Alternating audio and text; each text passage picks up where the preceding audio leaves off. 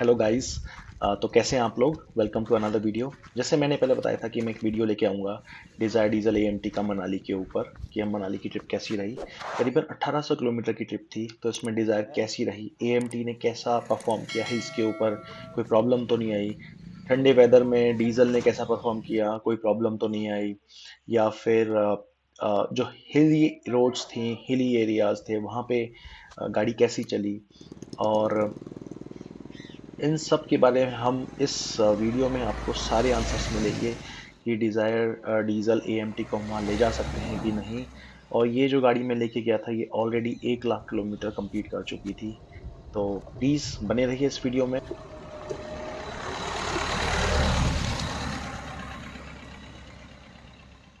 So guys, अब मैं आपको दिखाऊंगा हम लोग बूट स्पेस में क्या रखते हैं अपने डिज़ायर की में।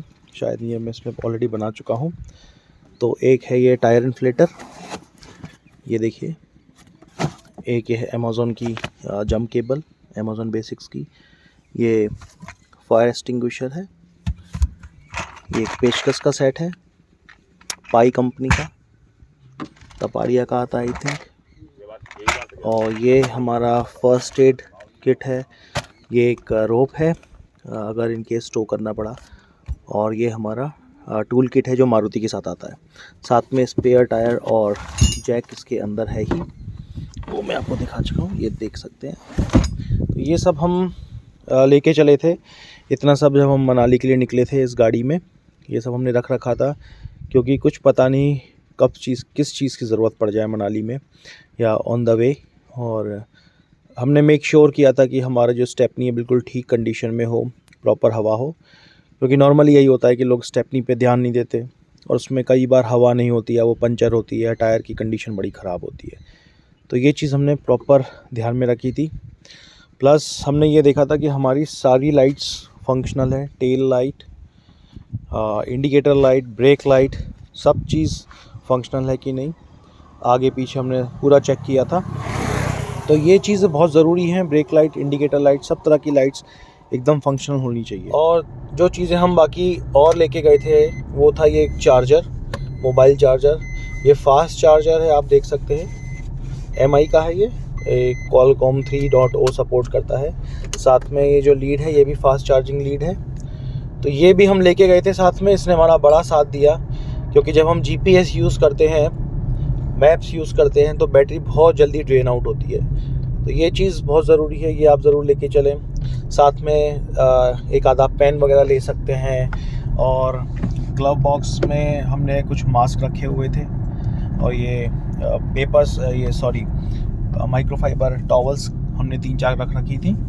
साथ में आप वेट टिश्यूज़ भी रख सकते हैं, वो काफ़ी काम आते हैं। और बाकी मैं आपको गाड़ी के बारे में बताऊं तो ओवरऑल जर्नी हमें बहुत सही रही, कोई ऐसा सच प्रॉब्लम का सामना नहीं करना पड़ा। बट हाँ, एक दो चीज़ें हैं जो मैं बोलूँगा डिज़ायर में हमें बड़ी प्रॉब्लम हुई जिसकी वजह से, और उसको मैं आपको बताऊँगा कि वो क्या इश्यूज़ हैं। उसके लिए आपको जो वीडियो है वो आप एंड तक देखिए। तो जैसे मैंने आपको बताया, हम आगरा से निकले थे।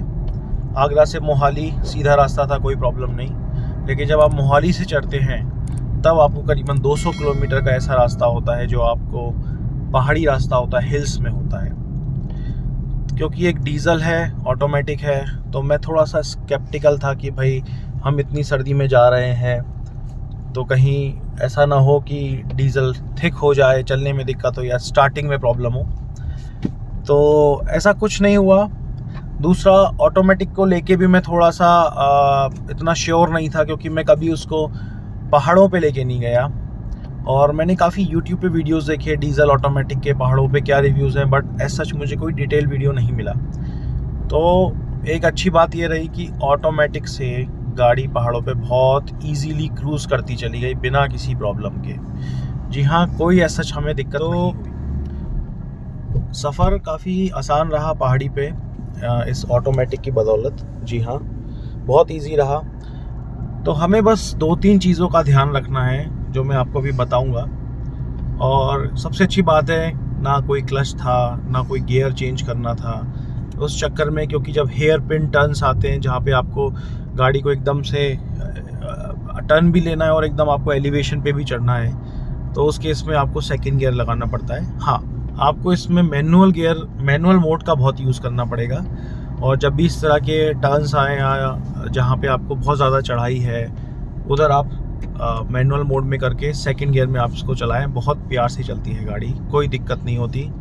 दूसरा, इसके अंदर क्रीप फंक्शन भी है, तो काइंड ऑफ हिल होल्ड का भी ये थोड़ा सा काम करती थी। लेकिन जो सबसे ज़रूरी चीज़ है जब आपको स्टॉप एंड गो ट्रैफिक में काम आती है, हिल्स पर या स्लोप्स पे, वो है आपका ये हैंड ब्रेक। जी हाँ, ये बहुत काम आता है हिल्स ड्राइविंग में, मैं आपको बता नहीं सकता कितना काम आता है। कई बार इस तरह की सिचुएशंस आती है हमारे पास जहाँ पे आप स्लोप पे हैं, ऊपर चढ़ रहे हैं, लेकिन जाम लग गया है। तब फिर आप क्या करेंगे? आपको गाड़ी अपनी स्टॉल करनी पड़ती है, रोकनी पड़ती है।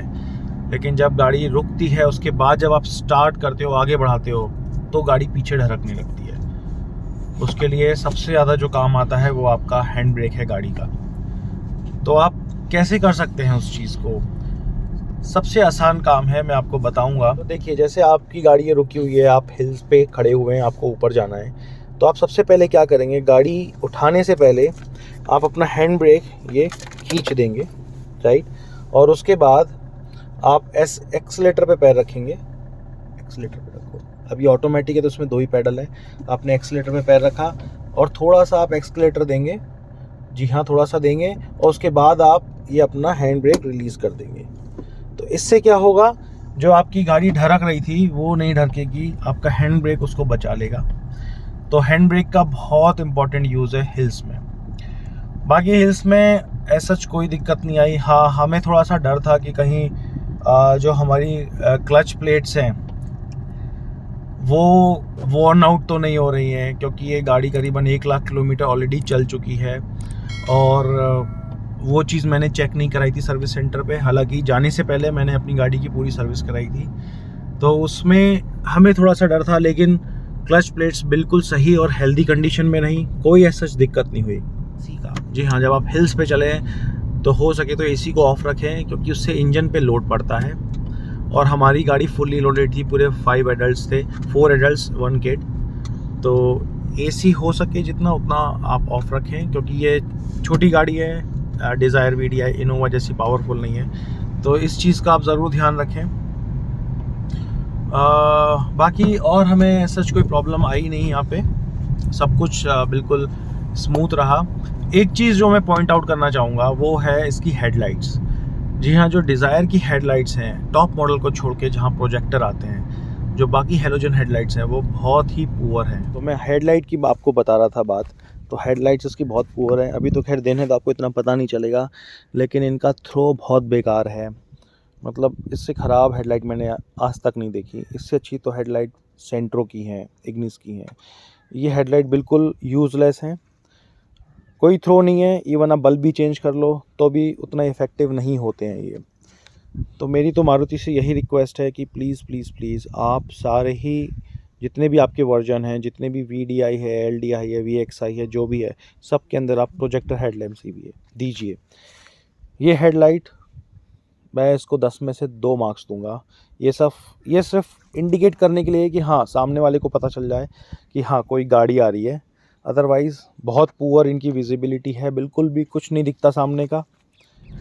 एक चीज़ का और हमें ध्यान रखना चाहिए हिल्स ड्राइविंग में, वो है अननेसेसरी ओवरटेक्स। जी हाँ, हम लोग जो प्लेन पे चलाते हैं, हमें ओवरटेक्स की बहुत आदत होती है और हम हिल्स को भी ऐसी समझते हैं कि भैया ओवरटेक करो आराम से और आगे निकलो, जल्दी पहुंचो। बट नहीं, हिल्स में ऐसा नहीं होता दोस्तों। हिल्स में एक तो रोड बहुत नैरो होती है और एक तरफ पहाड़ और दूसरी तरफ खाई होती है। तो अननेसेसरी ओवरटेक्स बिल्कुल ना करें। उससे ना कि आप अपनी जान को खतरे में डालेंगे, बल्कि सामने वाले की जान को भी खतरे में डालेंगे। तो मेरा यही सजेशन है, आप आराम से चलें, जल्दबाजी कुछ नहीं है। जल्दी पहुंचना है तो आप सुबह थोड़ा जल्दी निकल लें, लेकिन अननेसेसरी ओवरटेक्स ना करें। मैंने अपने ट्रिप में देखा कई सारे गाड़ियां थी जो कि हिमाचल प्रदेश की नहीं थी, अपने दिल्ली यूपी की थी। और बहुत ज़्यादा रैश ड्राइविंग मैंने नोटिस करी उन लोगों की। अननेसेसरी ओवरटेक्स किए, अनसक्सेसफुल ओवरटेक्स बोलूँगा, क्योंकि कोशिश करी लेकिन रोड इतनी चौड़ी थी ही नहीं जहाँ पे आप ओवरटेक कर पाएँ। तो आप उस चीज़ का बहुत ध्यान रखें, आराम से चलें। वो कहते हैं ना दुर्घटना से देर भली, तो बिल्कुल सही कहते हैं। तो हिल्स पे इस चीज़ का ध्यान रखें। दूसरा, जितने भी मोड़ आते हैं हॉर्न्स खूब यूज़ करें। वहाँ पे तो लिखा होता है, सिंबल बना होता है यूज़ हॉर्न्स, तो हॉर्न खूब बजाए अपनी गाड़ी का, जहाँ भी टर्न हो, मोड़ हो। उससे क्या होता है कि दूसरे वाले को एक इंडिकेशन लग जाता है कि हाँ जी एक और गाड़ी आ रही है सामने से, तो वो लोग अपनी स्पीड को कंट्रोल में रख लेते हैं। तो ये सब चीज़ों का ध्यान रखेंगे तो हिल्स ड्राइविंग आपके लिए बहुत ईजी रहेगी। अभी हम बात करते हैं कि हमें क्या क्या चीज़ों पे ध्यान देना चाहिए जब हम अपनी गाड़ी को किसी भी लंबे ट्रिप पे ले जाते हैं। जो ये मेरा मनाली का ट्रिप था, ये करीबन आप समझिए 1800 किलोमीटर का था। आगरा से हम गए थे, तो एक तरफ से रफली 850 और 900 किलोमीटर्स पड़ा था। तो यहाँ पे मैं आपके साथ कुछ चेकलिस्ट शेयर करूँगा, आपको क्या क्या देखना चाहिए। आप मेक श्योर करें कि आपकी गाड़ी के जो टायर है वो प्रॉपरली गुड कंडीशन में हो, घिसे हुए ना हो, और स्पेयर टायर भी आपका अच्छी कंडीशन में हो। हेडलाइट्स बहुत ज़रूरी है, हो सके तो आप बल्ब को अपग्रेड करा सकते हैं, लेकिन अगर डिज़ायर जैसी गाड़ी है जिसकी हेडलाइट्स की थ्रो बहुत बेकार है, तो इवन बल्ब अपग्रेड भी उतना काम नहीं करता।